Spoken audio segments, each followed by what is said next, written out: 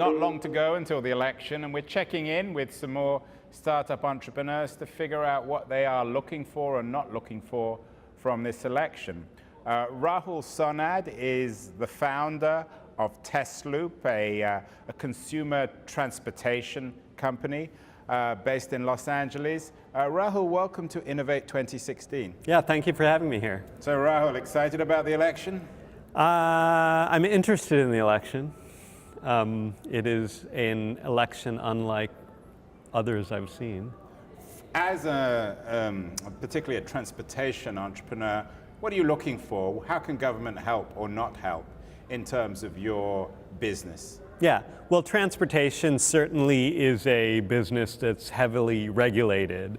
And I think particularly with the advent of autonomous vehicles, which we're very focused on, there are big regulatory implications, both in terms of what the government may be able to do to support the industry, as well as things that could slow it down in terms of advancing.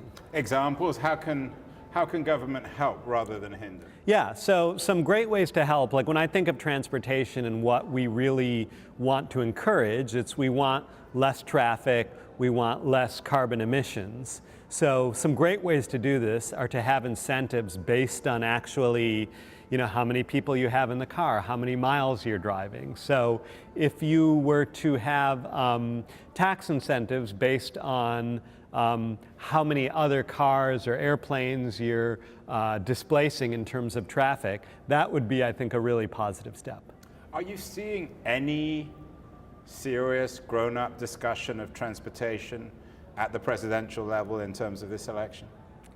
I think not in terms of the election or the campaigns, but I do think when you look in terms of the current administration and the recent guidelines around autonomy, I mean, that seems all remarkably grown up and rational. I mean, I think you could make arguments here or there a few degrees. So Obama's doing a good job in terms of transportation and sustainability?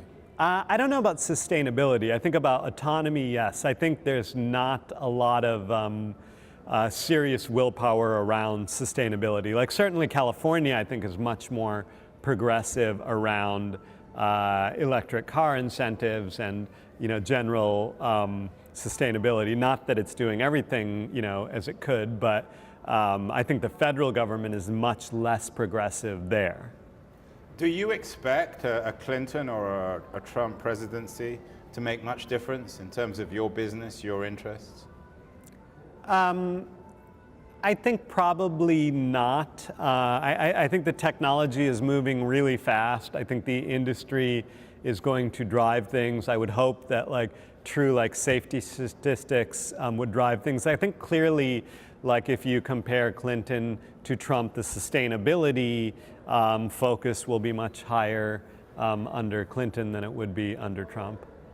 What about the broader issues as an entrepreneur, as a startup guy in this election?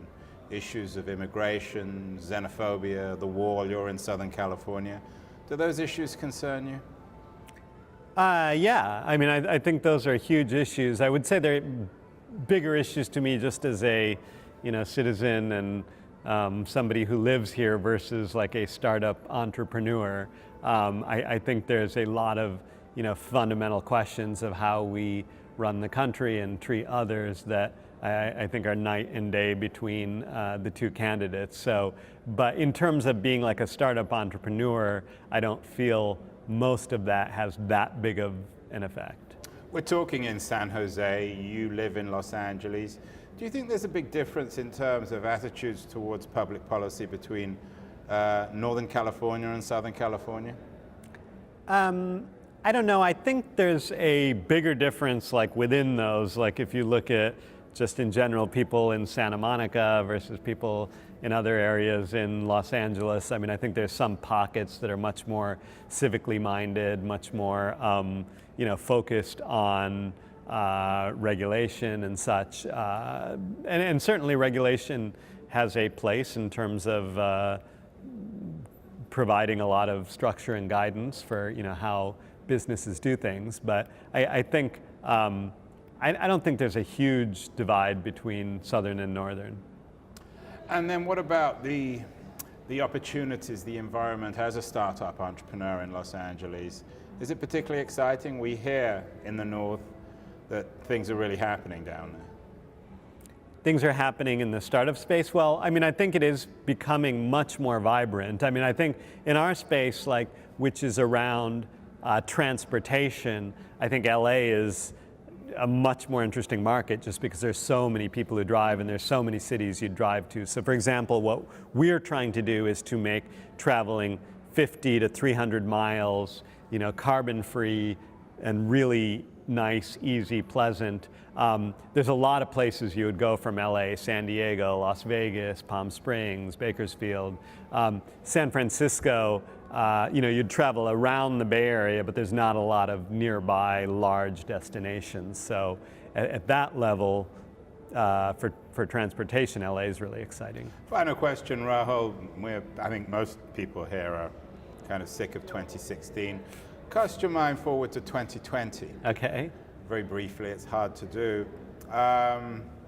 You're in the business of passenger transportation. Yes. But by 2020, where will we be in terms of driverless cars? Yeah. And what will that mean to businesses like yours, which for the most part, at least at this point, depend on drivers? Yeah, so I think as you get to 2020, I think that is kind of the start of like widespread driverless. I think that'll be state by state, country by country. You know, in certain states will make the technology will be there to have a car that is safer than a human driver by that point. And I think the implications of that are, you know, really staggering in terms of, you know, both making transportation just much cheaper, but also, you know, I think you'll start to see at that time a lot more electric transportation, which will make it much cleaner.